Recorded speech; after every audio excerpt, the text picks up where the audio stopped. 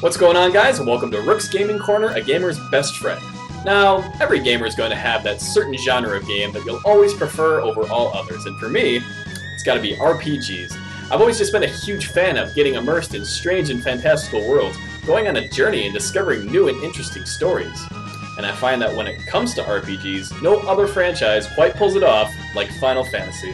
Sure, the series has had its own share of ups and downs in its later years, but when these games came out, they really did pioneer the RPG genre, showing that games could be more than just, oh, get to the end of the stage and try not to die.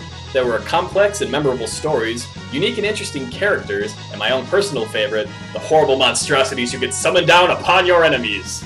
Whether you call them Espers, Eidolons, or GFs, these formidable allies helped give the series a very distinct feel, despite having sequels that shared no similar story or location. So without further ado, these are the top 10 Final Fantasy summons. Number 10. Now, let's start off the list with something that everybody knows is cool. Everybody knows that samurai are cool. Everybody knows that mercenaries are cool. Shit, even your grandma knows that cutting something in half with a sword is cool. Now, if only there was a summon that somehow combined all of these elements into one awesomely designed package of badassery. Wait a minute. Who is that? Who is that? Could it be? These days are That's Yojimbo, an Aeon so awesome he even comes summoned with his own cherry blossom tree included free of charge. I'm not really sure how that works, but since its sole purpose is that he can swagger out from behind it, I'm going to allow this. And you might call that trying too hard, but I call it extremely awesome. It'd be like hiring John Woo to release some doves every time you enter a door. You would totally do it. Now the way Yojimbo works is that the strength of his attack depends on the amount of money you give him in battle. And while his normal attacks are pretty lackluster, what really makes him stand out is his ultimate attack, and that I'm just gonna show you.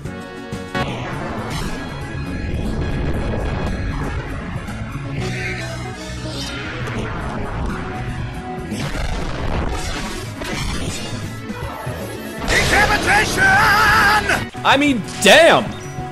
Usually when you defeat an enemy, they just like fall over or erupt into, I don't know, pixie dust? But nope, that's not good enough for Yojimbo. He goes, oh, I'm sorry, were you using that other half of your body? Too bad! There it goes. Number 9. Alright guys, time for some role-playing. Pretend you're about 10 years old playing Final Fantasy VIII for the first time. Everything's going great so far. You've just got back from your first mission and defeated the giant mechanical spider from that one movie. Yeah. And hey, looks like you've just been promoted to squad leader. Congrats! And then the headmaster Cid hands you a mysterious item he says will help you out with the upcoming mission. A magic lamp. And I think we all know what that means. Oh boy, my very own genie! We're gonna be best friends, and we're gonna have wacky musical numbers, we're gonna go on awesome misadventures, and I can't wait. This is gonna be— What is that? Oh wow, thanks for the heads up there, Cid. I mean, who wouldn't have been expecting the actual devil himself to come popping out of the lamp and challenging me to open combat? Oh, sorry, not the devil. This is Diabolos, also known as Diablos in some games. Minor translational technicality there, but regardless of which name you prefer, they both translate to devil! Satanus. That's Latin for Satan. Ah well, whatever you call him, this guy's a straight up pimp. I just love his design, it's intimidating, and his special attack is a treat to watch. And once you defeat him in battle, he joins your side and can be summoned to appear and hurl gigantic gravity balls down upon your enemy. And then as quickly as he comes, he disappears into the night. Like Batman. Number 8. Number 8 is a tie between two Final Fantasy veterans, Shiva and Ifrit. One's based off of an ice goddess, and the other based off of Jin, which is basically another genie that spews hellfire and looks like a demon. Hey, anyone else starting to notice a pattern here? And while true that there is nothing particularly flashy or awe-inspiring about these two, their true value comes from the history that they have with the Final Fantasy franchise. These two, along with another big guy we'll get to later, have been around since the original creation of summonings, way back in Final Fantasy III, and have appeared in every other iteration that's come out after it. Well, at least the ones that included summonings in them. And I personally find that pretty cool. Sure, their designs might slightly change throughout the years. It seems Ifrit becomes much more feral with each game, while Shiva? Yeah, Shiva stays pretty much about the same. But which of these staples of the franchise is best? Now, I personally find myself liking Shiva more, and I can't quite understand why, but if I had to guess, I think I could come up with 2 pretty good reasons on why. Oh yeah. It's because of her deep and enriching culture with the Hindu religion. Well, that, and... Twins, and I love you so. Number 7.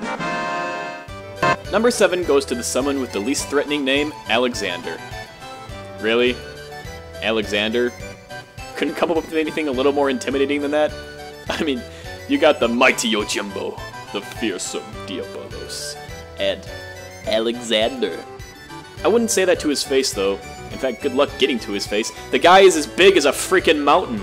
A mountain that could easily murder you with his vast arsenal of holy heat-seeking missiles. I love this guy.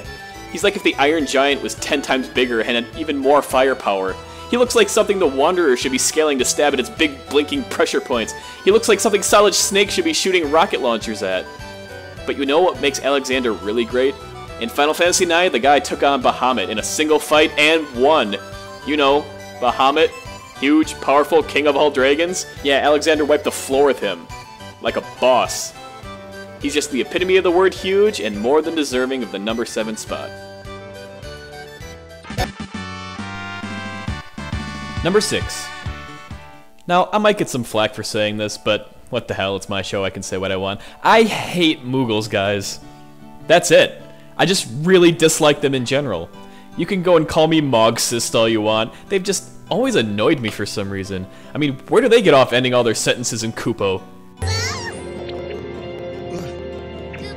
You get a job, sir! They're just too adorable looking. I don't trust you. What are you hiding? Alright, so that being said, I just want you to know that I can give credit where credit is due. The number 6 spot belongs to a Moogle. But which one? Nope, not that one. Oh god, not that one. Boom! That's right, that fearsome furball is indeed a Moogle spirit. Oh boy, be sure to eat your Wheaties, kids, if you two could grow up to be... Aslan. That's none other than Aiko's good friend Mog. Mog was somewhat of a coward.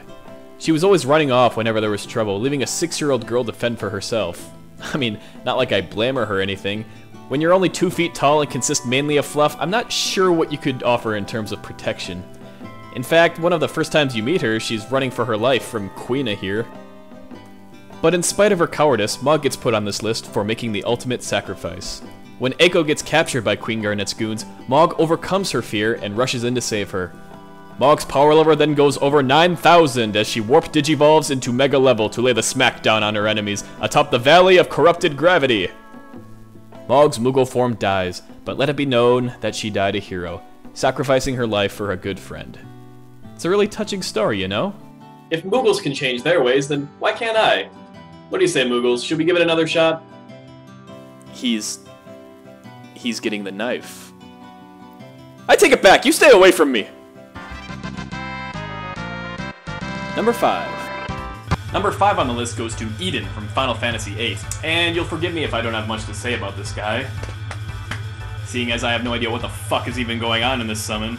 Seriously, I just have so many questions, such as, who is Eden? What is Eden? What is Eden doing? How is Eden doing this? I have no idea, and I'm not the only one. I've tried looking this shit up, and everyone seems to have the same questions. But the thing is, I kinda like it. It's visually impressive to say the least, and the damage it can dish out is astronomical. It'd be higher up on the list, except like I've stated, I've got no earthly clue as to what's going on. So, I guess just take it for what it is. Pure visual spectacle. And nothing else.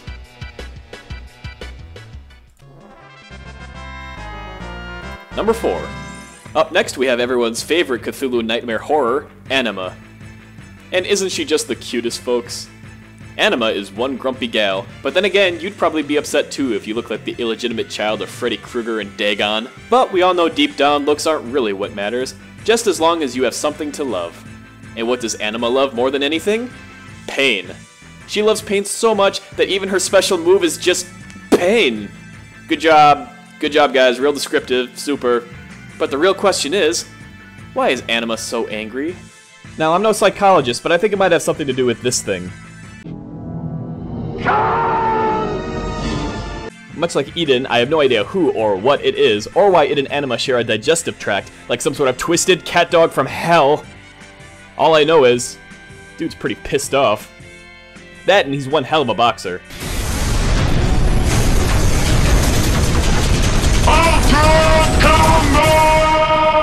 Large, in charge, and having one hell of an overdrive, Anima certainly puts the laughter back in manslaughter.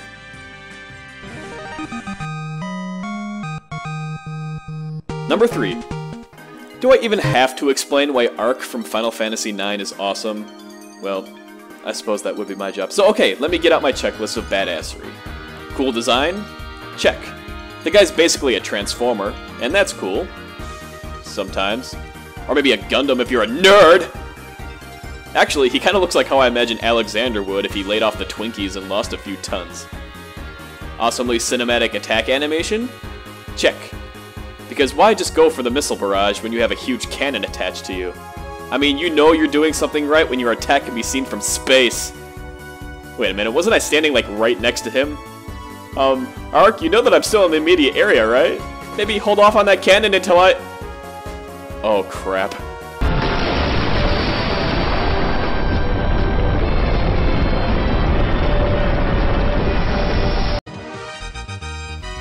Number 2. What's cooler than one badass mofo? How about 13 badass mofos? The Knights of the Round are easily some of the coolest summons to come out of the franchise. Not only do they do an insane amount of damage, but they're modeled after some of the coolest, most legendary knights ever.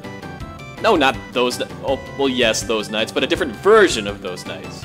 And you better believe the people at Square knew they had to make this summoning a beast, because the crap you have to go through to get this is borderline ridiculous. First, you have to purchase the stables at the Chocobo farm.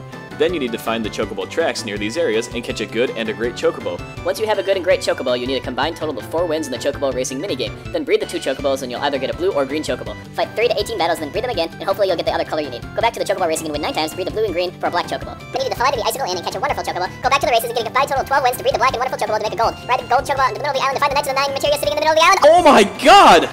Ain't nobody got time for that. A lot of hard work? Yes, but you better believe the reward was worth it. They're so awesome they can even one-shot the last boss in the game. That's right, these guys can one-shot Sephiroth, the guy that essentially explodes the universe just to deal minor status afflictions on you. Now that is power I can get behind. And the number 1 coolest Final Fantasy summon goes to the one, the only, the king of all dragons, Bahamut!